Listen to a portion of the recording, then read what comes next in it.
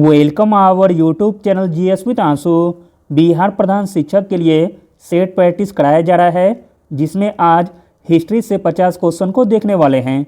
इसमें सारे प्रश्न बहुत ही इंपॉर्टेंट दिए गए हैं, जो आपके एग्जाम में आने की पूरी संभावना है। इसलिए वीडियो को लास्ट तक जरूर देखें। स्टार्ट करने से पहले आप लोगों से एक ही रिक्वेस्ट, एक ही विनती है, प्लीज़ वीडियो को लाइक और किसी भी एक ग्रुप में शेयर जरूर कर दीजिएगा।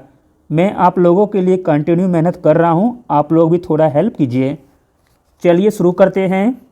पहला प्रश्न है, इतिहास का पिता किसे कहा जाता है? इंपॉर्टेंट प्रश्न है। इतिहास का पिता कहा जाता है हेरोडोटस को। अगला प्रश्न है, सत्यमेव जयते किस उपनिषद से लिया गया है? सत्यमेव जयते लिया गया है मुंडक उपनिषद से। Option number A. अगला प्रश्न है, हड़प्पा से संबंधित प्रथम जानकारी किसने दी है? हड़प्पा से संबंधित प्रथम जानकारी दी है चार्ल्स मेसन ने। Option number B. अगला प्रश्न देखते हैं, हड़प्पा सभ्यता थी। तो दोस्तों हड़प्पा सभ्यता थी कांस्य युगीन। अगला प्रश्न है, हड़प्पा सभ्यता की लिपि थी। हड़प्पा सभ्यता की लिपि थी भाव चित्रात्मक। अगला प्रश्न है, आग का आविष्कार किस काल में हुआ था? आग का आविष्कार हुआ था पुरापाषाण काल में। अगला प्रश्न है, 16 महाजनपदों की सूची उपलब्ध है। 16 महाजनपदों की सूची उपलब्ध है अंगुत्तर निकाय में। Option number C. अगला प्रश्न है, सिंधु घाटी सभ्यता का मुख्य बंदरगाह था। सिंधु घाटी सभ्यता का मुख्य बंदरगाह था लोथल। अगला प्रश्न है, हड़प्पावासी किस धातु से अपरिचित थे? हड़प्पावासी अपरिचित थे लोहा धातु से। अगला प्रश्न है, इंपॉर्टेंट प्रश्न है, मोहनजोदड़ो की खोज किनके द्वारा की गई थी? मोहनजोदड़ो की खोज की गई थी रखालदास बनर्जी के द्वारा। अगला प्रश्न है, नर्तकी की कांस्य मूर्ति कहाँ पर मिली थी? नर्तकी की कांस्य मूर्ति मिली थी मोहनजोदड़ो से। अगला प्रश्न है, सैंधव सभ्यता की सबसे बड़ी इमारत क्या थी? सैंधव सभ्यता की सबसे बड़ी इमारत थी अन्नागार। अगला प्रश्न देखते हैं, पुराणों की संख्या कितनी है? तो दोस्तों पुराणों की संख्या है 18। अगला प्रश्न है, सबसे प्राचीन पुराण कौन सा है?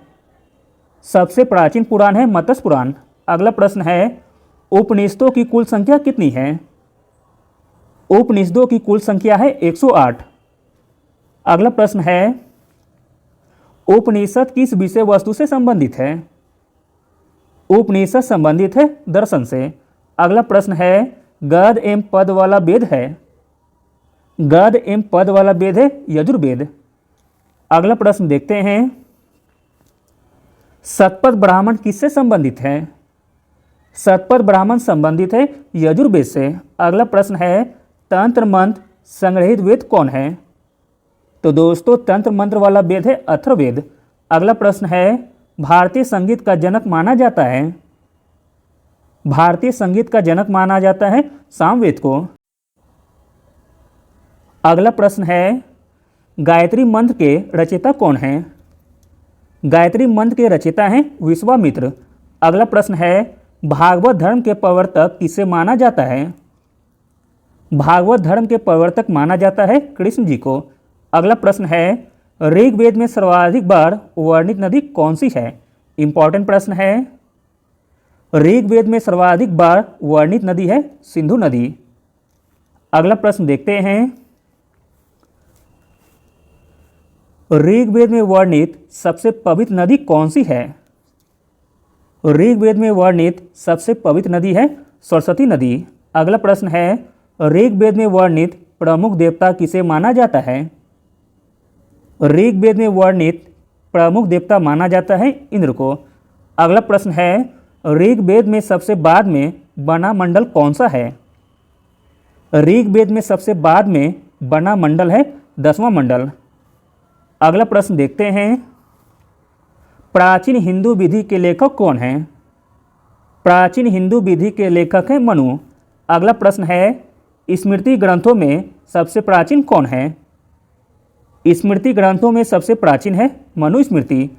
अगला प्रश्न है, पुस्तक मिताक्षरा किनके द्वारा लिखी गई है? पुस्तक मिताक्षरा लिखी गई है विज्ञानेश्वर के द्वारा, ऑप्शन नंबर ए। अगला प्रश्न देखते हैं, महाभारत की रचना किसने की थी? महाभारत की रचना की गई थी वेद व्यास के द्वारा। अगला प्रश्न है, आर्य भारत कहाँ से आए थे? आर्य भारत आए थे मध्य एशिया से। अगला प्रश्न है, बुद्ध का जन्म कहाँ हुआ था? बुद्ध का जन्म हुआ था लुम्बिनी में। अगला प्रश्न देखते हैं, बुद्ध की मृत्यु कहाँ पर हुई थी? बुद्ध की मृत्यु हुई थी कुशीनगर में। अगला प्रश्न है, बुद्ध के प्रथम गुरु कौन थे? बुद्ध के प्रथम गुरु थे अलारकराम। अगला प्रश्न है, बुद्ध द्वारा गृह त्याग की घटना क्या कहलाती है? बुद्ध द्वारा गृह त्याग की घटना कहलाती है महाभिनिष्क्रम, ऑप्शन नंबर बी। अगला प्रश्न देखते हैं, जैन धर्म के प्रथम तीर्थकर कौन थे? जैन धर्म के प्रथम तीर्थकर थे ऋषभदेव। अगला प्रश्न है, जैन धर्म के अंतिम तीर्थकर कौन हैं? जैन धर्म के अंतिम तीर्थकर हैं महावीर। अगला प्रश्न है, शिशुनाग वंश के संस्थापक कौन हैं? शिशुनाग वंश के संस्थापक हैं शिशुनाग। अगला प्रश्न देखते हैं, पाटलिपुत्र की स्थापना किनके द्वारा की गई थी? इंपॉर्टेंट प्रश्न है। पाटलिपुत्र की स्थापना की गई थी उदयन के द्वारा। अगला प्रश्न है, अर्थशास्त्र पुस्तक किस पर आधारित है? अर्थशास्त्र पुस्तक आधारित है प्रशासन पर। अगला प्रश्न है, ऋग्वेद में कितने श्लोक हैं? ऋग्वेद में श्लोक हैं 1024। अगला प्रश्न है, बुद्ध ने प्रथम उपदेश कहाँ दिया था? बुद्ध ने प्रथम उपदेश दिया था सारनाथ में। अगला प्रश्न है, मिस्र के राजा क्या कहलाते थे? मिस्र के राजा कहलाते थे फराओ।